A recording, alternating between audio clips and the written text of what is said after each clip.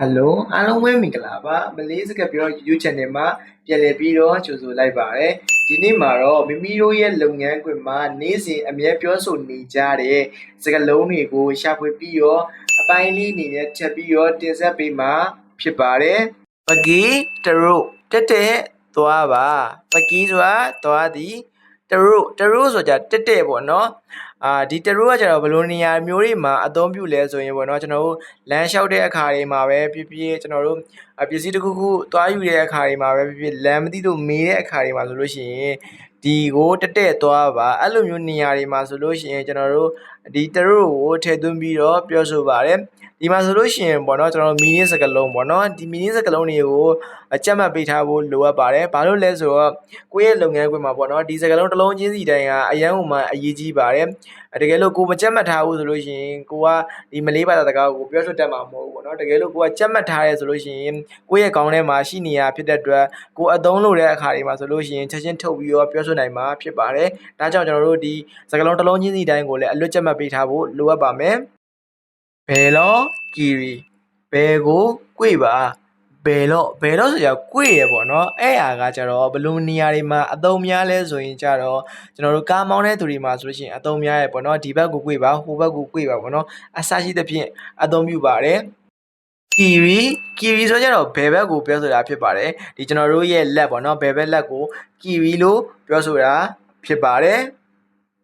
အဲဆိုလို့ရှိရင်ကျွန်တော်ဒီစကားလုံးတစ်ခုကိုပြန်ပြီးတော့ပေါင်းစည်းပေးပါမယ်ဘယ်လောကီရီဘယ်ဘက်ကို꿰ပါအဲ့လိုမျိုးအဓိပ္ပာယ်ရပါတယ်ဘယ်လောကာနန်ညာဘက်ကို꿰ပါဒီစကားလုံးကတော့ကျွန်တော်အပေါ်ကစကားလုံးနဲ့ဆန့်ကျင်ဘက်ပေါ့နော်ဘယ်လောဆိုကြတော့꿰တယ်ကာနန်ဆိုကြညာကိုပြောဆိုတာဖြစ်ပါတယ်ကျွန်တော်တို့ရဲ့ခန္ဓာကိုယ်မှာရှိရဲ့လက်ရဲ့ညာဘက်ကိုကာနန်လို့ပြောဆိုတာဖြစ်ပါတယ်ဒါကတော့ကျွန်တော်တို့ရဲ့လုပ်ငန်းခွင်မှာအဆင်ပြေတဲ့နေရာတွေမှာအသုံးချပြီးတော့ပြောဆိုလို့ရပါတယ်ဒါဆိုလို့ရှိရင်ကျွန်တော်ဒီစကားလုံးတွေကိုပြန်ပြီးတော့ပြောပြပေးပါမယ်ဘယ်လောကာနန်ညာဘက်ကို꿰ပါအဲ့လိုမျိုးအဓိပ္ပာယ်ရပါတယ်ဘယ်ဒီစီနီဒီမှာရက်ပါဘယ်ဒီဆိုကြတော့ရက်တယ်ပေါ့နော်မတ်တက်ရက်တယ်ပေါ့နော်အဲ့မျိုးအစားရှိသဖြင့်အဲ့မျိုးအသုံးပြုကြရတယ်ပေါ့နော်စီနီဆိုကြတော့ဒီမှာပေါ့နော်ဒါတွေကျတော့ဘယ်လိုနေရာတွေမှာအသုံးပြုလဲဆိုလို့ရှိရင်ကားသမားတွေလောက်ပဲအသုံးပြုတာများရပေါ့နော်ကိုက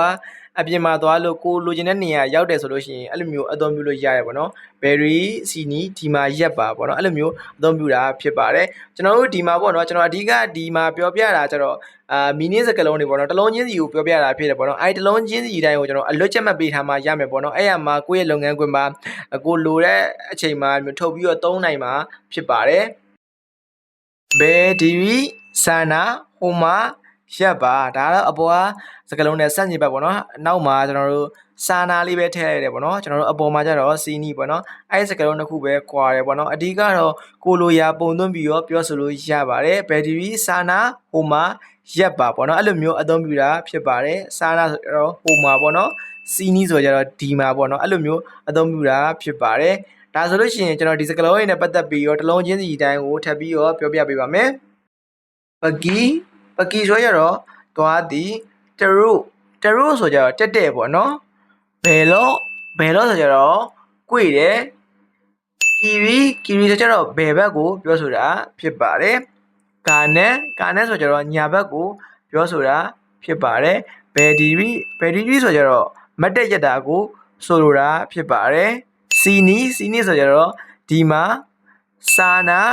ဆိုကြတော့ဟိုမှာအဲ့လိုမျိုးဆိုလိုတာဖြစ်ပါတယ်ပေါ့နော်အဓိကတော့ကျွန်တော်ဒီစကားလုံးတွေကလည်းအရန်ဟိုမှာအရေးကြီးပါတယ်ကိုယ့်ရဲ့လုပ်ငန်းခွင်မှာနေ့စဉ်မပြတ်အမြဲပြောဆိုနေကြတဲ့စကားလုံးတွေလည်းဖြစ်တယ်ပေါ့နော်ဒါကြောင့်ဒီစကားလုံးတွေကလည်းအလွတ်ချက်မပေးထားဖို့အရန်ဟိုမှာအရေးကြီးပါတယ်ဒါဆိုလို့ရှိရင်တော့ဒီစကားလုံးတွေနဲ့ပတ်သက်ပြီးတော့အားလုံးနားလည်လောက်မယ်လို့တော့ထင်ပါတယ်ကျွန်တော်ရှေ့မှာပြောခဲ့သလိုပဲပေါ့နော်တကယ်လို့မှနားမလည်ဘူးဆိုလို့ရှိရင်ကျွန်တော်ရဲ့ comment မှာပဲဖြစ်ဖြစ်ကျွန်တော်ရဲ့ messenger မှာပဲဖြစ်ဖြစ်ပေါ့နော်လာရောက်ပြီးတော့မေးမြန်းနိုင်ပါတယ်ဒါဆိုရင်အားလုံးအဆင်ပြေကြပါစေ